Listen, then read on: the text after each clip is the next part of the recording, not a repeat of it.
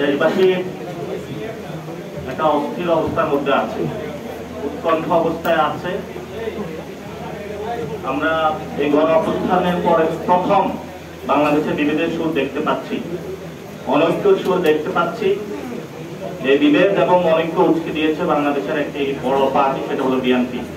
গণ অভ্যুত্থানের পরে যদি ইতিহাসে লেখা থাকে প্রথম কোন দল বাংলাদেশ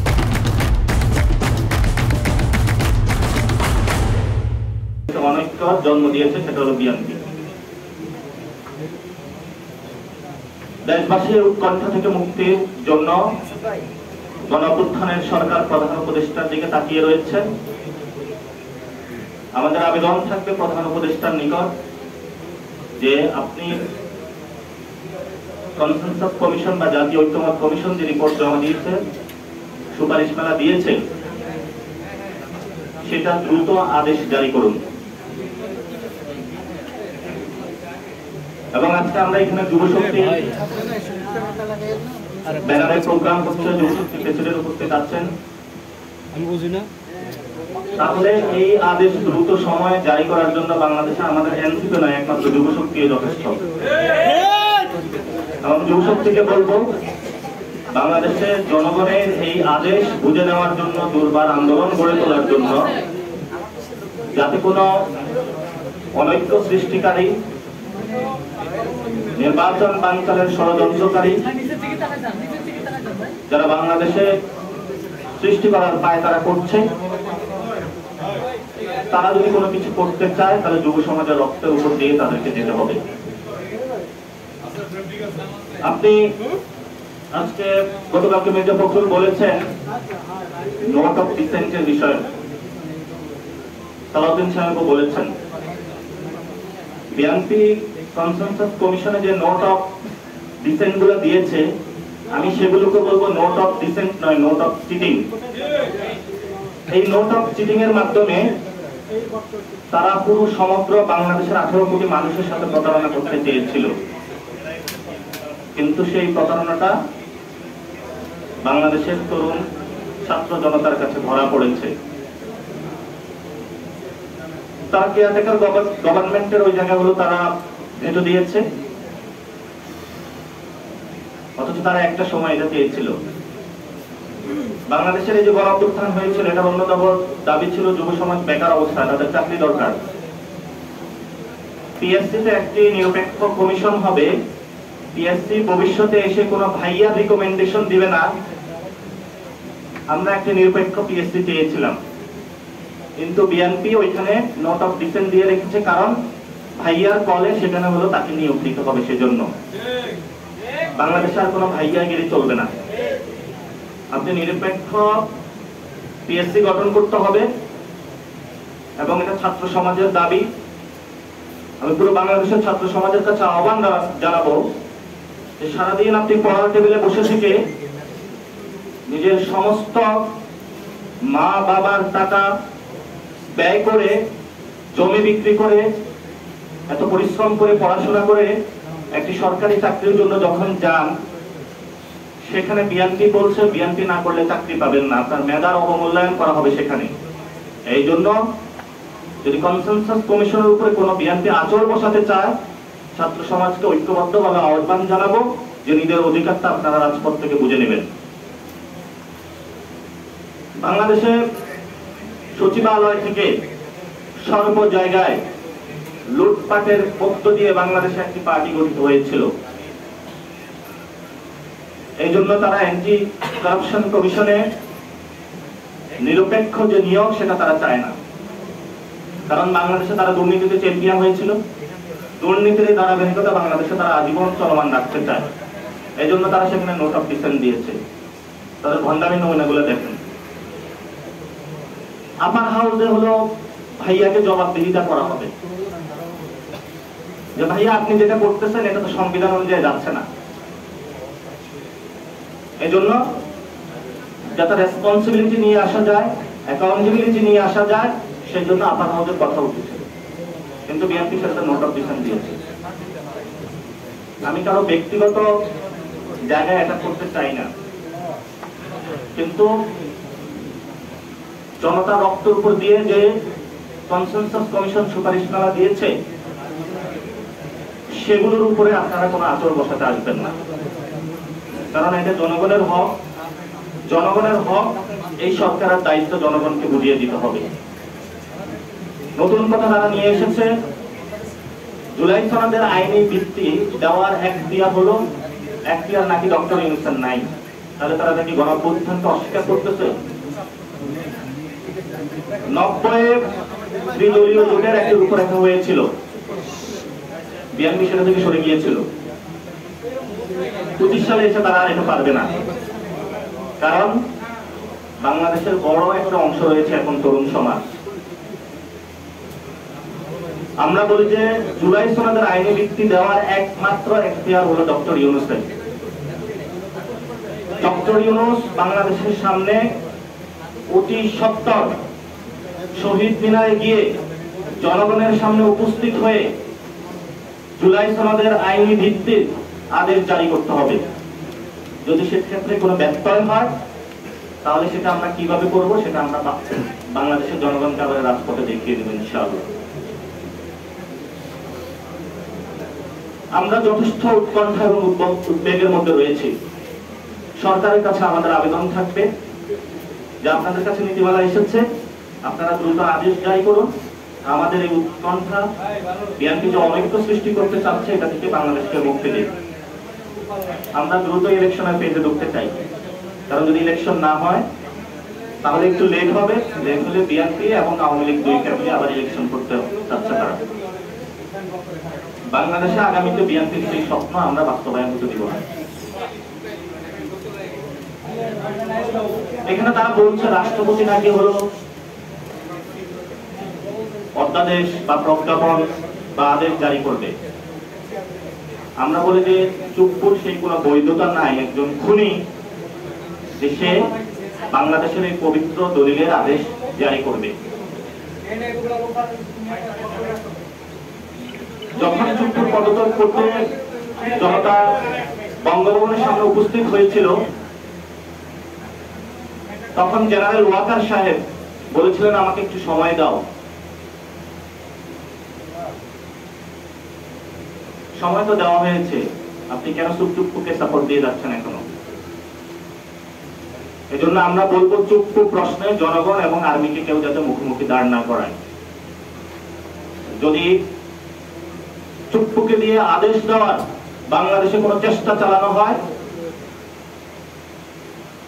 তাহলে জনতা বঙ্গভবনে চলে যাবে। আগে গণভবনে গিয়েছিল, নতুন করে যদি এই ধরনের কোনো প্রচেষ্টা চালানো হয় তাহলে জনতা আবার বঙ্গভবনে যাবে ইনশাআল্লাহ। জাতীয় পার্টি সম্পর্কে বিএনপির অবস্থান স্পষ্ট করতে হবে। এই কুসুম কুসুম প্রেম আপনারা আওয়ামী লীগের সাথে দিয়েছিলেন, এখন জাতীয় পার্টির সাথে দিচ্ছেন। জাতীয় পার্টি সম্পর্কে বিএনপির অবস্থান স্পষ্ট করতে হবে জাতির সামনে। জাতীয় পার্টি সম্পর্কে তাদের অবস্থান কি?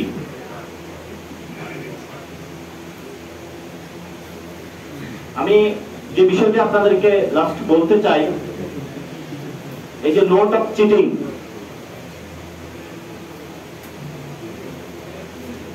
এই যে নোট অফ চিটিং, এই নোট অফ চিটিং বাংলাদেশের মানুষ কখনো মেনে নেয়নি, ভবিষ্যতেও নেবে না। এবং এই নোট অফ চিটিং এর মধ্য দিয়ে বাংলাদেশে বিএনপি যে ধরনের অস্থিরতা সৃষ্টি করতে চাচ্ছে, আমরা তাদেরকে আহ্বান জানাবো যে আপনারা এইসব কার্যক্রম থেকে সরে আসুন, নতুন ভাবে বাংলাদেশের মধ্যে রাজনীতি করুন।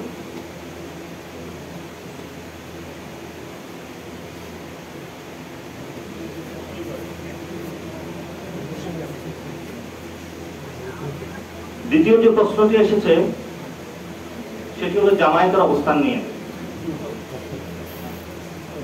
বাংলাদেশের জামায়াত একটা বাইক দেওয়ার চেষ্টা করতেছে যে তারা খুব সংস্কারের পক্ষে, কিন্তু বিএনপি খারাপ হলেও একদিকে ভালো যে তারা যে সংস্কারের বিপক্ষে এটা জনগণের সামনে সরাসরি বলে। আর জামায়াত হলো এমন যে মনে ওরা সংস্কারের বিপক্ষে, মুখে তারা বলে সংস্কারের পক্ষে। আমরা এখনো সুপারিশমালার কোনো সমাধান করতে পারি নাই, প্রস্তাব আমরা একে নাকি দূরে যাবে সেই বিষয়ে সমাধান করতে পারি নাই। আদেশের বিষয়ে কোনো সমাধান করতে পারি নাই, তারা নতুন করে মার্কেটে নিয়ে এসেছে গণভোট। গণভোট হবে, তো গণভোট হলে তো জামাত যে পার্লামেন্টে 300 সিট পেয়ে যাবে সেটা তো আর বাংলাদেশে হচ্ছে না। আমরা আগেও বলেছি, গণভোটে যদি হার জয় যুক্ত হয়, এটা তো বাংলাদেশের জনগণের জয় যুক্ত হবে, এটা তো জামায়াত ইসলামের জয় হবে না। এজন্য আমরা জামায়াত ইসলামের কাছে আহ্বান রাখবো, ভণ্ডামি বাদ দেন। আপনারা ভণ্ডামি বাদ দেন, ভণ্ডামি বাদ দিয়ে অন্তরে কি আছে একটু খুলে বলেন। লোয়ার হাউসে পিয়ার কি একটু সিট বার্গেইনের জন্য, যেটা 4 দলীয় জোটে করেছিলেন, ওইটাকে একটু বাড়ানোর জন্য চাচ্ছেন নাকি অন্য কোনো কারণে? গণভোটের প্রশ্ন বা তারিখটা আগে চাচ্ছেন, এটা কি কিছু সিট বাড়ানোর জন্য নাকি অন্য কোনো কারণে? যদি রাজপথে নামতে হয়, যৌক্তিক দাবি নিয়ে নামেন।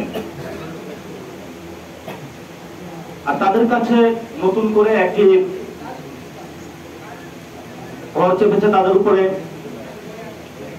তারা জনগণকে বোঝাতে চাচ্ছে যে আমরা হলো বিএনপির অ্যান্টি, বাংলাদেশকে নতুন একটি জায়গায় নিয়ে যেতে চাই। কিন্তু আমরা মনে করি যে জামায়াত এবং বিএনপি নিজেদের মধ্যে আন্ডারস্ট্যান্ডিং করে ইলেকশনে সিট ভাগাভাগি করতেছে,